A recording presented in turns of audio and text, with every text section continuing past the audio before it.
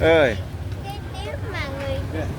cái tiếng mà người cái tiếng này là tiếng hồi xưa quân địch tra tấn các chiến sĩ cách mạng mà.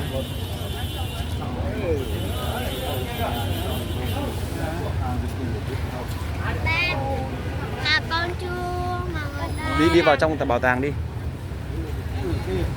Chia cho 10 lớn kia. mà người ta làm tiếng bằng loa hả ba? Tiếng bằng loa con cứ tưởng là thật. Không, tiếng loa. Ba chắc nhiều rồi hả? Đi ra xem chiếc máy bay chuyển quân kìa. Wow, cánh bự à. Cánh dài quá. Đa năng.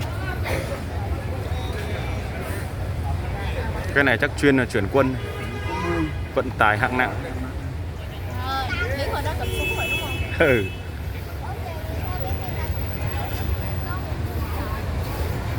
Ôi cái cánh nó dài ghê hả? Ba, mà rất nhớ người thủ quân không? Tăng văng.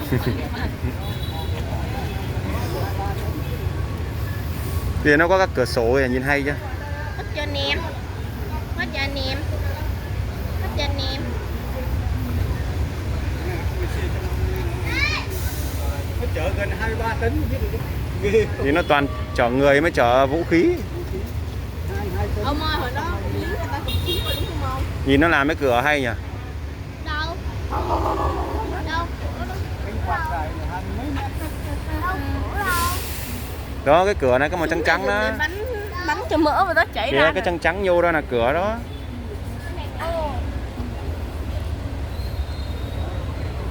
Ủa nó không trò vậy sao? Sao chui ra? Sao chui ra?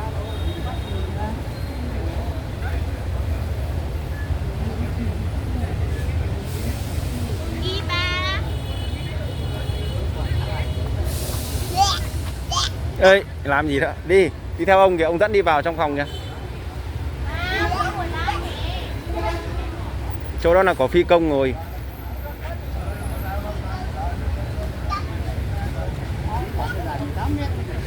Đâu? Suka ơi, Suka, Suka. Ta gọi nhưng mà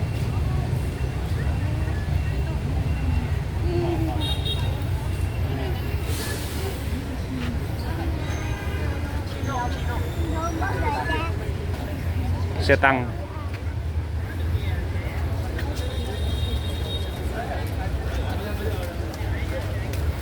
Cái này dắt em Suka sân đi theo ba ông Lạc bây giờ.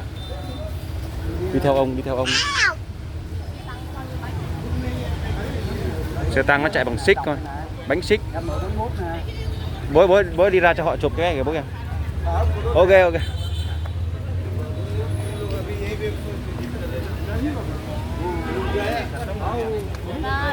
Hả? Phủ đá này. Ừ? Em biết người ta chắc tại em dùng tóc xoăn này. Ừ.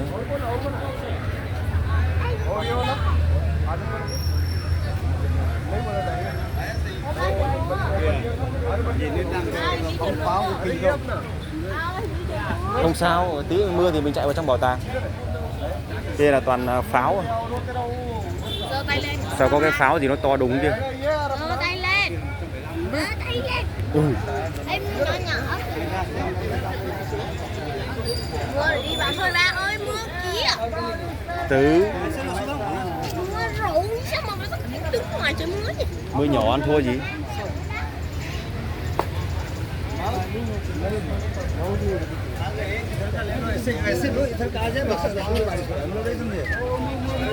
Nó chạy vào trong đi con, mưa rồi, chạy theo ông kìa.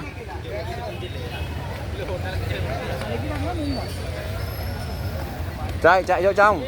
Đi nhanh.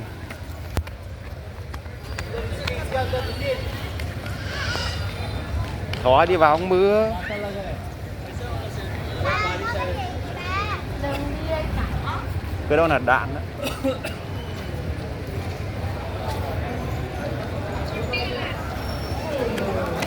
Đi từ từ trơn trượt nhá.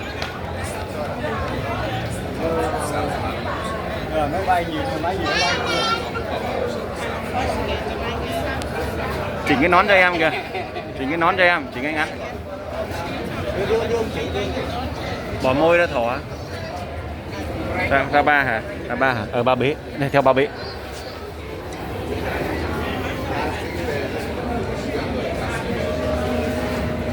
Mưa rồi.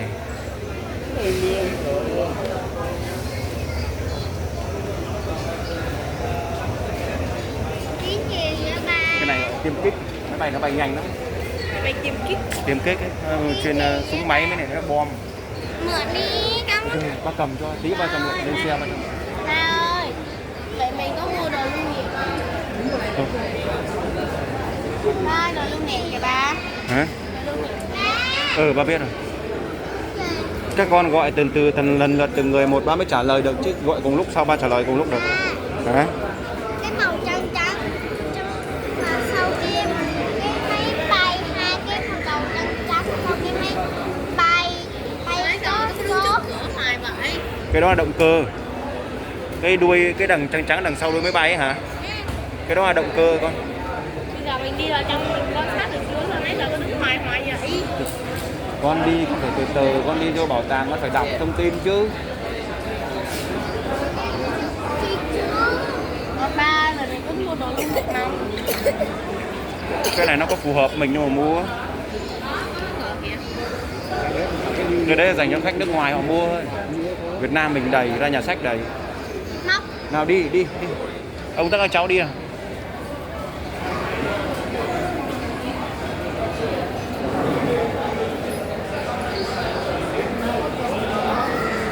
Sao vậy? Conozco Bernabéu que ele passa seguir.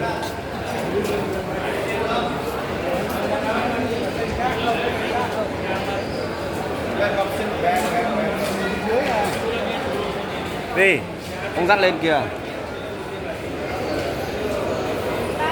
Thấy là nó hoa rồi đó, chết thì con gái mặc áo dài kìa. Đi bám vào cầu thang không một tí.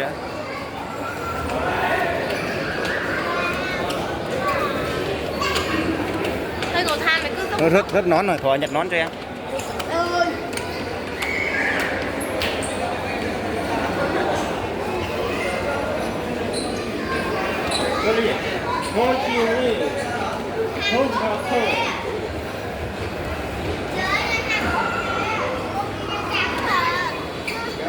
Đi dắt em lên. Có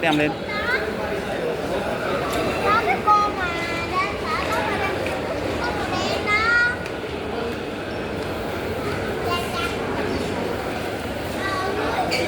Em Sunny đâu? Em Sunny nó trèo lên trên kia rồi kìa. Đó, ông nội. Đi ba. Mua đồ lên đó.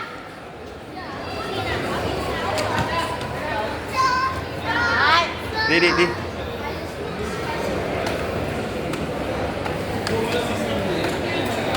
Sunny đi. Sunny ơi, bám vào lan can.